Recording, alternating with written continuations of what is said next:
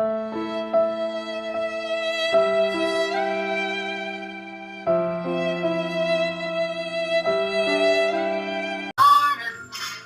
great to stay up late. Good morning to you.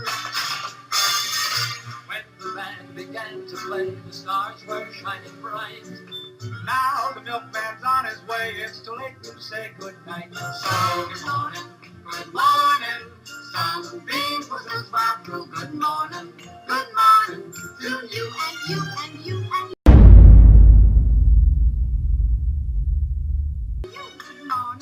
Good morning, we get the whole night through. Good morning to you. Nothing could be grander than to be in Louisiana in the morning.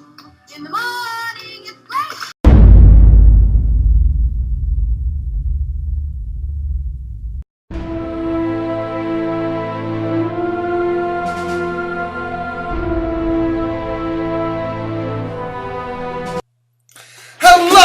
Welcome to the Movie Void, where we review whatever the fuck we want to review. And welcome to episode 3 of our big ass Fantasy Film Fest special. Day 7 has come up to kick me in the ass because I stayed up all night editing again and I am tired as fuck. But nevertheless, we have 3 amazing little movies we are going to see today. Starting off the day with a film called Bitch. Moving on to Colossal, with Anne Hathaway playing Godzilla. So we got a lot of shit going on, and this is just day 1 of this episode, so I'm gonna scoot, because I'm running late, as always, already. Bye.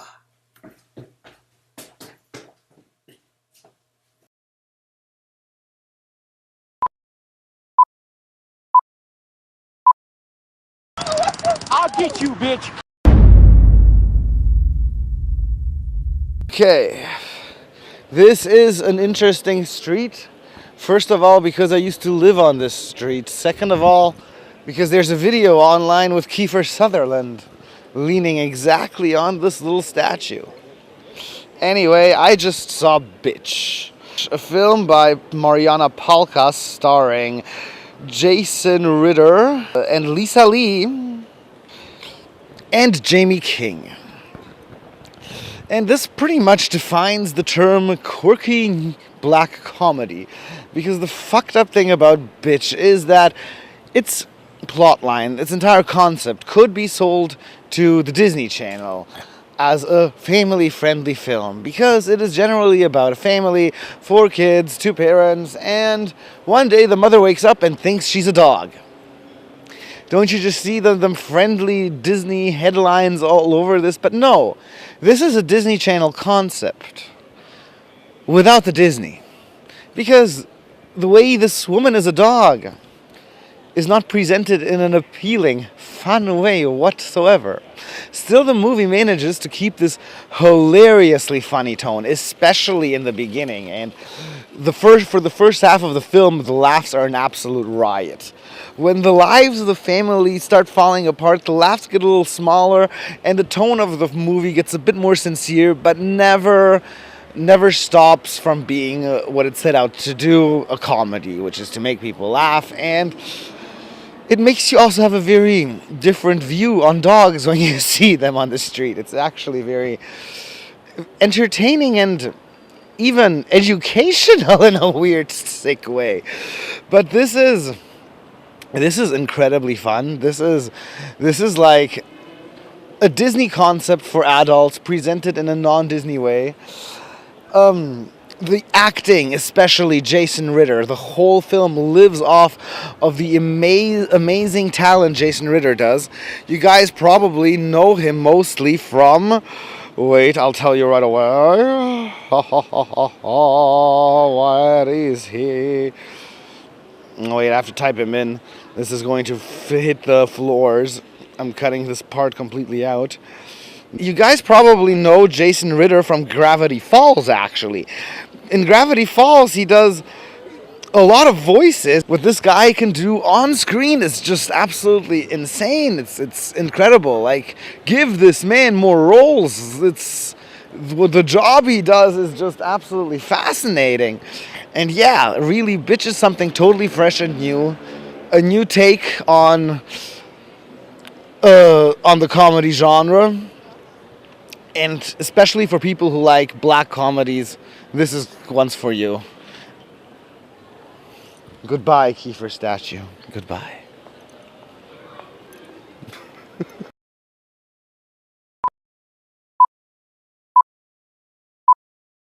Colossal. And K or C? with a C. Oh.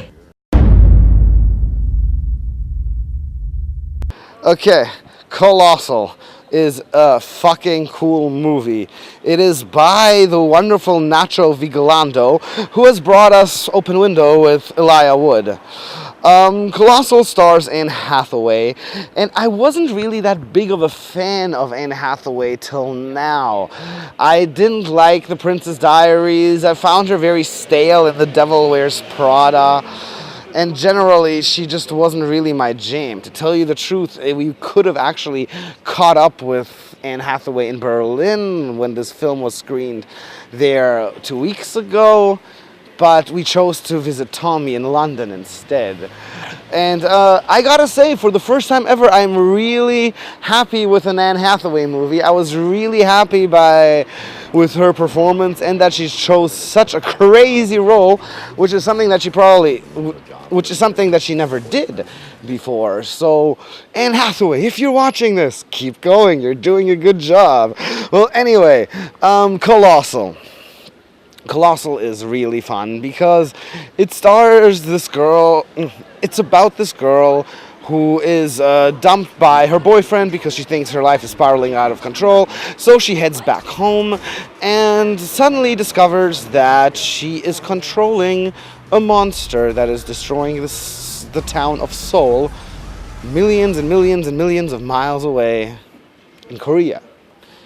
So she's like trying to deal with that and cope with that, and starts working at the bar of a friend from childhood, and he also can turn into this robot that he controls from this playground that is also in Seoul.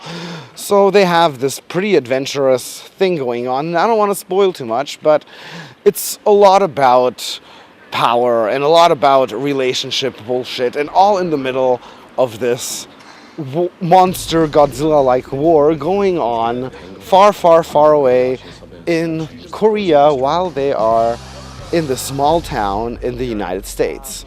It is incredibly fun. The acting, as I mentioned before, is not just perfect from Anne Hathaway, but from everybody involved. Everybody from the crew does a great job.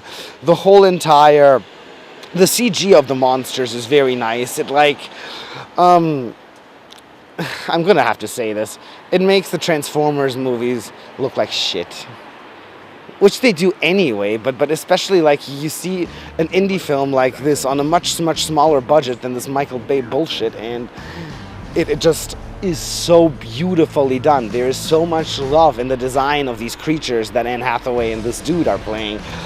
And what I didn't like that much about it is at some points it gets a little too preachy with alcohol abuse, but it still manages not to overdo it with its preachiness. It keeps like its fun tone of the movie going and doesn't really like step way too forward. But there is a little criticism on people who drink too much in this film, just so you know. So really check out Colossal if you feel like it, because this is something for sci-fi lovers, this is something for action lovers, this is something for monster movies, this is even something for people who enjoy date movies and romantic movies, and it blends in so many genres together that I think it will satisfy everyone's needs in one way or the other. One of the most fun movies of the festival, that is for sure. So please check this out. Fuck the high budget action flicks and then monster flicks. This one does it better than all of them put together. Fuck Michael Bay for out of all things.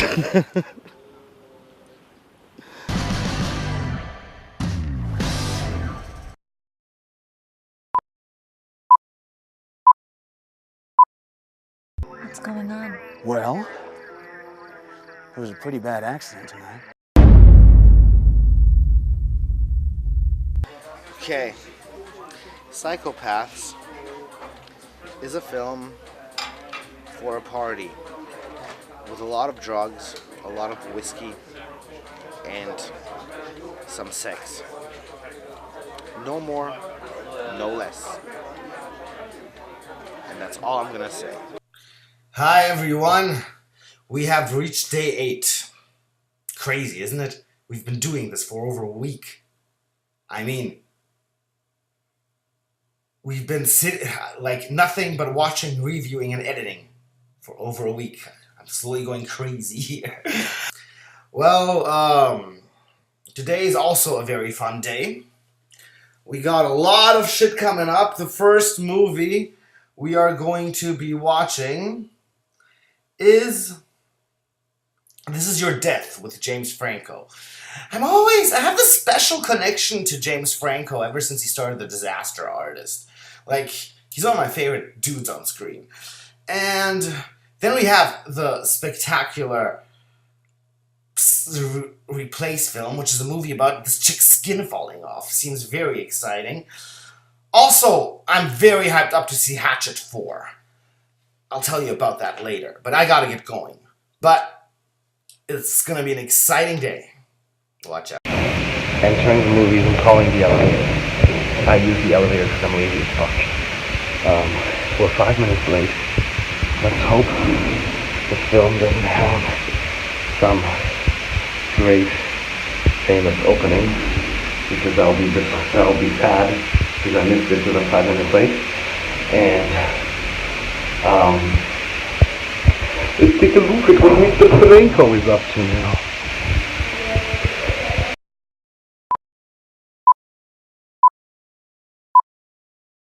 And remember, kids, suicide is always the answer.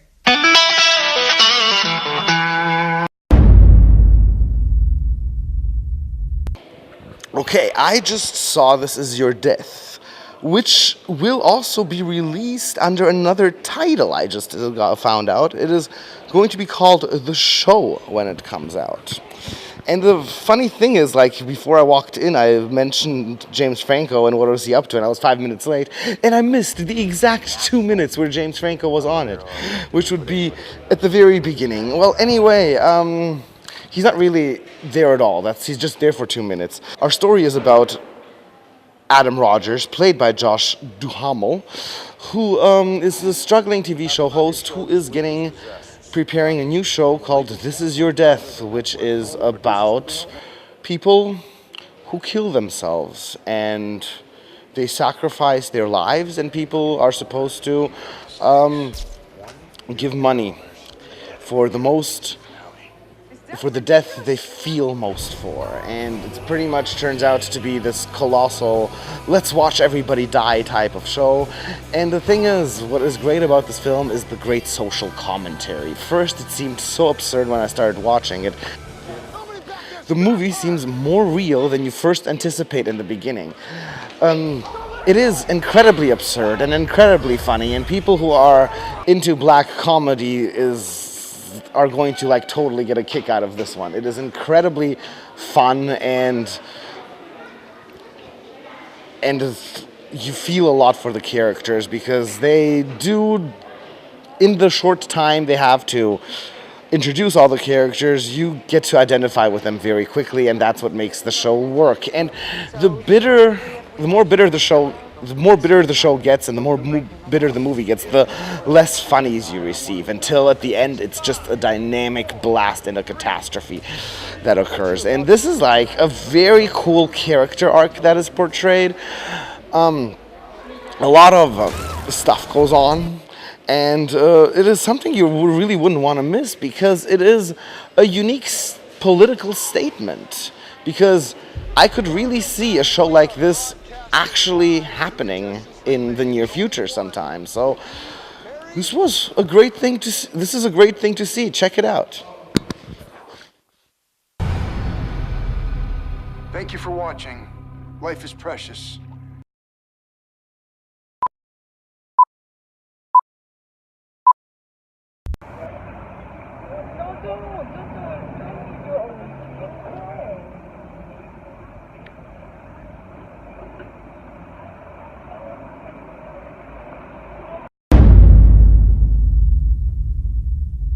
Okay, I saw Replace, and it was okay. It is a film by a German director called Norbert Kyle, starring Rebecca Forsyth in the lead role. And it is about a girl who has this date with this guy, and then all of a sudden she comes home and her skin starts crumpling away, and she seems to be... her skin, not she, then her skin starts aging rapidly.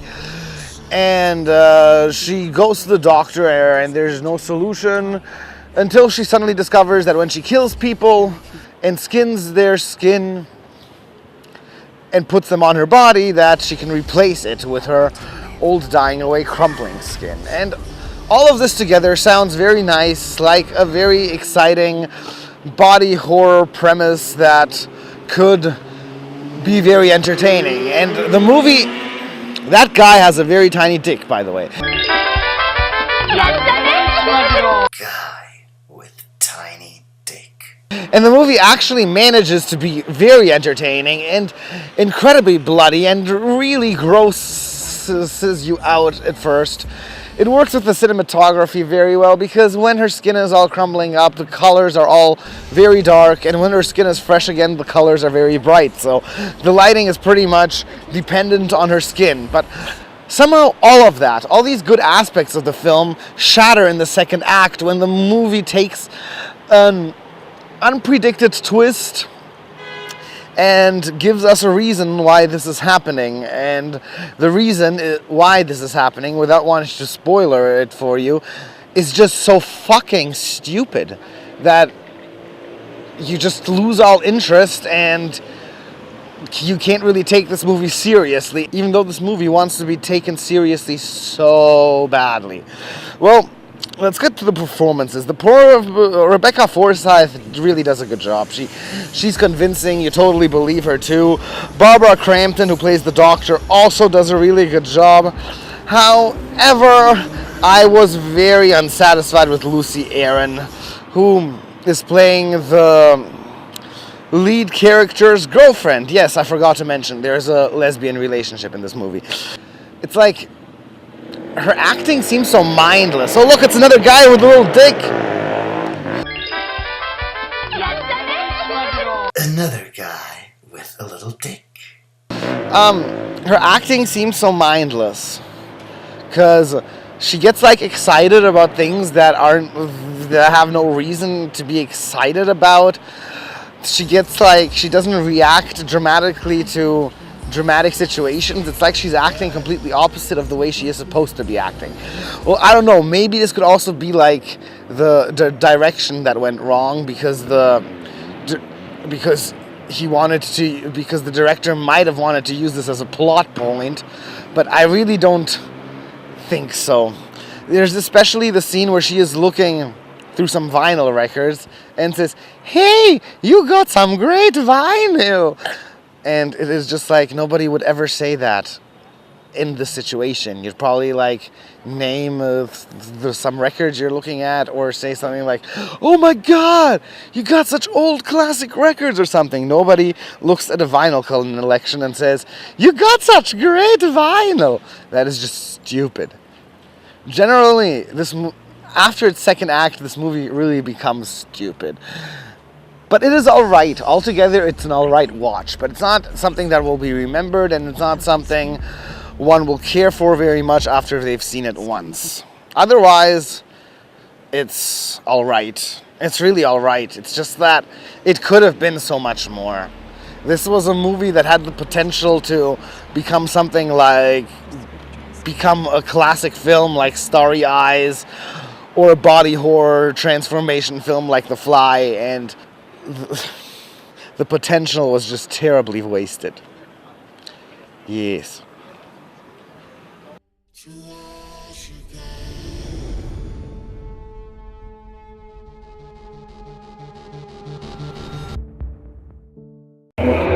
The first time I saw Hatchet was whilst browsing through a video store back like 15 years ago almost. I had just moved to Frankfurt, and I had just got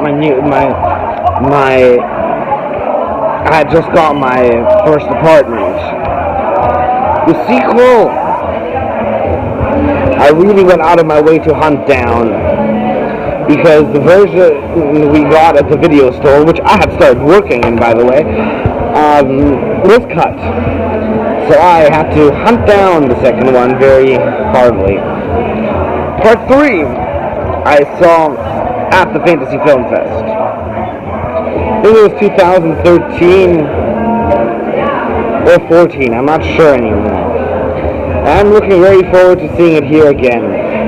And I was like, I couldn't wait to see this. Ever since my friend Marcel was at the premiere in Los Angeles, I was so envious and hyped up to see this. So, I hope this is going to be good.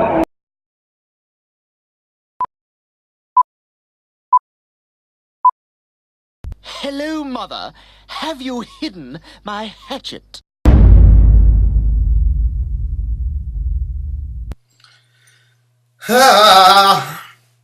Look at me, how tired I am. Okay, Hatchet 4, or better yet known as Victor Crowley. I was hyped up as shit, and it did not disappoint. I can tell you straight away, Hatchet fans, people who are fans of the trilogy, are going to get exactly what they want. Exactly what they expect. This is like just another perfect Hatchet entry. Only thing here is that it feels like they're rebooting the whole thing, like, from the beginning. That's why you have, like, even the title Victor Crowley, and you're not getting the name Hatchet 4. That's, like, the thing. It's like the whole entire thing is starting up again. What is also nice is they brought Perry Shen, who was in all 3 other Hatchets, and they brought another character, but I'm not going to spoil that, because that's a little surprise for you. Pretty much, Perry Shen, who played Andrew in the other 3 parts, is like, after the incident, has written a book about the events that took place back in 2006. He's there signing shit, and then he suddenly gets this offer to go back to the old swamp where Victor Crowley resides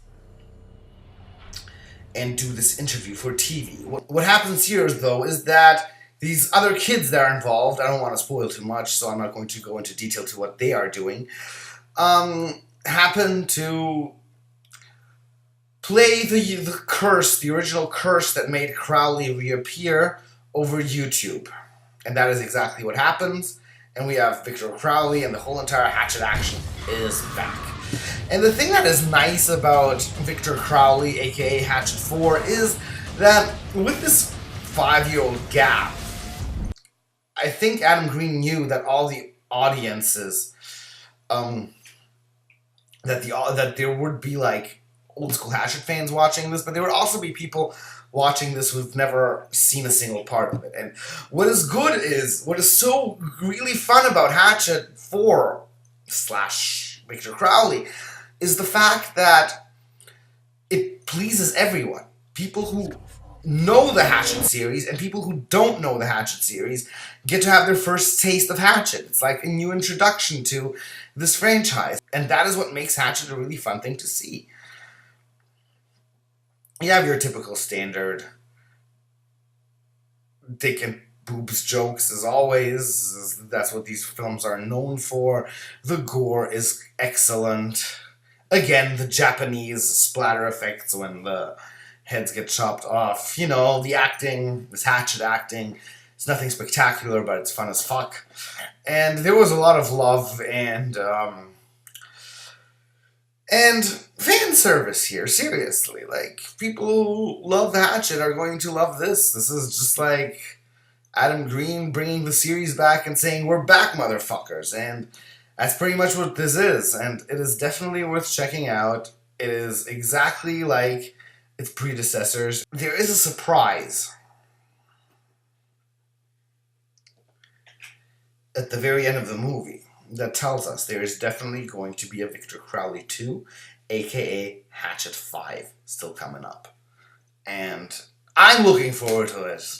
I'm happy as fuck that Adam Green has brought this wonderful little franchise back, and we'll be keeping you posted if we find out anything new. This is so fun and so great, and just the fun little splatter slasher that everybody needs these days. We've had lots of these in the 80s. I think Hatchet is the only really fun old school slasher these days. So keep your eyes peeled for Victor Crowley 2, aka Hatchet 5. Be sure that I'm going to be reviewing it and watching it myself. So that would be that. Oh guys, what a day. What an episode. What a fantasy film fest. It's been crazy. As I mentioned before, I'm starting to lose all feeling of sense of...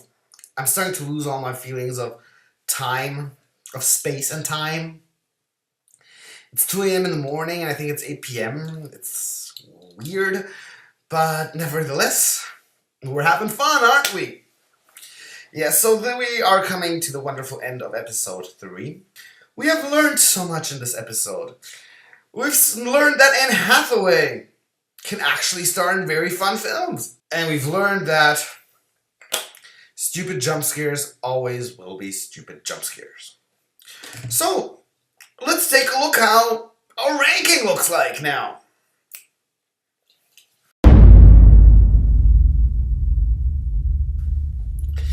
Yeah, the Fantasy Film Fest is doing really good. There's a lot of great movies and classics already, and not so much crap, I have to say. So, if they keep going on the next 2 days like this might just be the best Fantasy Film Fest ever. Since 2013. 2013 so far was my favorite year. But we still have to wait up. There's still 2 days coming up. There's still 7 or 8 movies we're still reviewing. And then the season is over. I can't believe the season is over. But I'm going to get to that in the next episode. But really, there's just 1 more episode coming, and then we're upgrading to season 2. But you're going to get more details of that in the next episode, which will be coming at you soon. So everyone, we're having quite a swell time, and a quite exhausting time. Look at me, look how I look, and I wonder how I'll look like at the end of it all. We still have 2 amazing days coming in, so hang in there. You will see me when you see me. And that'll be all for now. I don't care about you. I don't care about anything. I don't care about you. I don't care about anything. Fuck the world. Fuck the world. Fuck the world. Fuck the whole world. Yeah. I don't care about you. I don't care. Colossal. And K or C? with a C. Oh.